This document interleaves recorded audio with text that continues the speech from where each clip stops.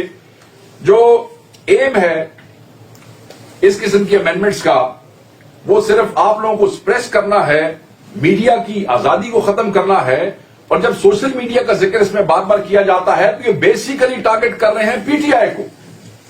یہ P T I کو target کرنا چاہتے ہیں کیونکہ ان کو جو مصیبت ہے یا ان کو جو تکلیف ہے یا ان کو خوف ہے وہ ان کو صرف پاکستان تحریک انصاف کے، دیکھا نہیں آپ نے کہ یہ ویسے ملک میں کوئی مسئلہ چل رہا ہے بحث سوشل میڈیا پہ ہو رہی ہے، پی ٹی آئی کے سوشل میڈیا سیل پہ ہو رہی ہے. مطلب آگ لگی پئی ہے پورے ملک، مگر آگ یہاں کیا لگی ہوئی ہے جی؟ سوشل میڈیا کسی طریقے سے ان کا قابو آ جائے. یہ والنٹیئرز ہیں، یہ کوئی پیڈ ملازم نہیں ہے، یہ اپنے دل کی بات کرتے ہیں، جو دیکھتے ہیں جو سچ سمجھتے ہیں یہ وہی کہتے ہیں اور یہ کوئی ان کو روک نہیں سکتا. اسی لیے آپ کو یہ ڈریکونین لا جو ہے آپ کو لانے پڑ رہے ہیں. پر یہ جو ہے یہ زیادہ دیر تک یہ بدماشیاں نہیں چلیں گی، زیادہ دیر تک یہ آپ کی منمانیاں نہیں چلیں گی. یہ دور ختم ہو جائے گا انشاءاللہ تعالی. چاہے فائر وال ہو، چاہے انٹرنیٹ شٹ ڈاؤنز ہو، یہ ڈیلیبریٹ کوششز ہیں. اور اس سے لے کے آج تک یہ جو ہیسٹی ان لافل لیجسلیشنز ہیں یہ سب آپ کے دماغ اور آپ کی سوچ کی عکاس ہے کہ آپ سوچتے کیا ہے. آپ چاہتے ہیں کہ اس ملک میں آواز اٹھانے والا کوئی نہ ہو، بات کرنے والا کوئی نہ ہو، آپ کی حقیقی چہرے آپ کو بے نقاب کرنے والا کوئی نہ ہو. ایسے نہیں ہوگا. ہر دور میں چاہے جتنی بربریت بھی رہی ہے دنیا آواز اٹھاتی رہی ہے، لوگ بولتے رہے ہیں اور لوگ بولتے رہیں گے. کوئی حق کی آواز نہ بند کرا سکا ہے اور نہ بند کرا سکے گا. آپ یہ دیکھیں کہ اس لیجسلیشن کے بعد آپ اپنی سول لبرٹیز کو تو گڈ بائی ہی سمجھے.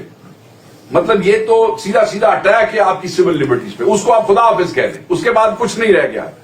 ہم جو ہے آفیشلی پھر ویلکم ہو جائیں گے ایک فاشسٹ قسم کے وہ اسٹیٹ میں جہاں فاشزم اور ٹوٹیلرینزم جو ہے وہ that would be the principle. Chairman standing committee تھے اور جو سیکرٹری آف دس کمیٹی تھے ان کو باقاعدہ طور پہ ہم نے کہا کہ ہم اپنا ایک ڈسینٹنگ نوٹ دے رہے ہیں اور وہ ڈسینٹنگ نوٹ میں یہاں لے کے بھی آیا ہوں اپنے ساتھ اور وہ صبح میڈیا سے بھی عمر ایوب صاحب نے شیئر کیا. ہمارے 6 کے 6 لوگوں نے اس کی مخالفت کی ہے کمیٹی کے اندر. یہ بلاول بھٹو صاحب جو وہاں پہ تقریریں کر رہے تھے سندھ میں کہ جی اسلام آباد میں تو بابے بیٹھے ہیں ان کو انٹرنیٹ کا کیا پتا ہے. ایم کیو ایم اور پاکستان پیپلز پارٹی آج 2 دنوں سے پہلے تک آپ دیکھ رہے ہیں بڑے اچھل کے digital rights and social media اور عوام اور بچے اور یہ اور وہ جوان تے فلانا تے ٹھیکڑا. مگر آج ایسے آنکھیں نہیں ملا سک رہے تھے ہمارے لوگوں سے. جب یہ پاس ہوئے ہیں آنکھیں نہیں ملا. کہاں گیا آپ کی وہ انقلاب، کہاں گیا وہ آپ کی ڈیجیٹائزیشن، کہاں گیا سوشل میڈیا کی آزادی. وہ بابے تو اسلام آباد کی آپ کو بڑی تکلیف ہو رہی تھی، آپ کو کسی نے سر نہیں اٹھانے دیا، آپ اس کے اوپر بات نہیں کر سکے. You voted for it, you supported these bills, you supported these amendments. پھر ڈرامہ ہوتا ہے کہ حکومت اور ہمارے معاملات ٹھیک نہیں ہے، ہم جمہوریت کی جنگ لڑ رہے ہیں، ہم میڈیا کی آزادی کی جنگ لڑے تھے، سوال لڑ رہے ہو بھائی تسی جنگ، یہ جنگ لڑ رہے ہو بھائی. جب موقع آتا ہے اس وسطائی حکومت کے ساتھ مل کے آپ ہر اس گندے کام کا حصہ بنتے ہیں جو قوم کے اور قوم کے بچوں کے خلاف ہے. مگر پھر ہم تو جمہوریت کو بچانے کے لیے کریں گے. گندا کام بھی جمہوریت کے مفاد کے لیے کر رہے ہیں اور اچھا کام بھی جمہوریت کے مفاد کے لیے کر رہے ہیں. الو سمجھتے ہیں لوگوں کو، یہ ایسے نہیں ہوگا. اب لوگ فولز نہیں ہیں. تو میں آپ کو کہنا چاہ رہا تھا کہ یہ جو ہمارا ڈسینٹنگ نوٹ تھا ہم نے انہیں کہا کہ کل 12 بجے سے پہلے آپ تک پہنچ جائے گا. کین یو امیجن کہ اس کا انتظار کیے بغیر اس کو پاس کروا لیا گیا، ایجنڈے پہ ڈال دیا گیا اور اس کو اس کا حصہ بھی نہیں بنایا گیا. یہ ہمارا رائٹ تھا. اور اس میں جب عمر ایوب صاحب نے بولنے کی کوشش کی تو انہیں چپ کروا دیا گیا. یہی یہ چاہتے ہیں منہ بند ہو جائیں، کسی کی آواز نہ نکلے. یہ اس قسم کے لوگ ہیں. بہرحال یہ کیونکہ میڈیا کے ساتھ ہم نے یہ شیئر کر لیا ہے تو اس کی کاپیز آپ کے پاس ہوگی, نہیں تو یہ یہاں پہ ڈسینٹنگ نوٹ ہے, جس میرے بھائی کو چاہیے ہوگا وہ یہاں سے لے لے گا. میں حکومت کو یہی کہوں گا کہ you must wake up to the realities. جاگ جاؤ, پاکستان بہت آگے آ گیا ہے. یہ جو اسکٹس تم لوگ کر رہے ہو نا, یہ جس قسم کے اقدامات کر رہے ہو, جس قسم کے ڈریکونین قانون بنا رہے ہو, یہ they will come back to haunt you. رو گے تم سب بیٹھ کے. تمہیں اندازہ نہیں ہے تم قوم کے بچوں کے ساتھ دشمنی ڈکلیئر کر رہے ہو, دشمنی مول لے رہے ہو. نفرت تو آلریڈی تم سے کرتے ہیں, اس نفرت کو دشمنی میں بدلنا چاہتے ہو. اور شاید اسی لیے کہ تم لوگوں نے کون سا یہاں پہ رہنا ہے, تم لوگوں کے کون سے اسٹیکس ہیں یہاں پہ. Pakistan is just another business entity for you guys. So میں دوبارہ یہ کہوں گا کہ ہم میڈیا والوں آج وہاں احتجاج کر رہے تھے.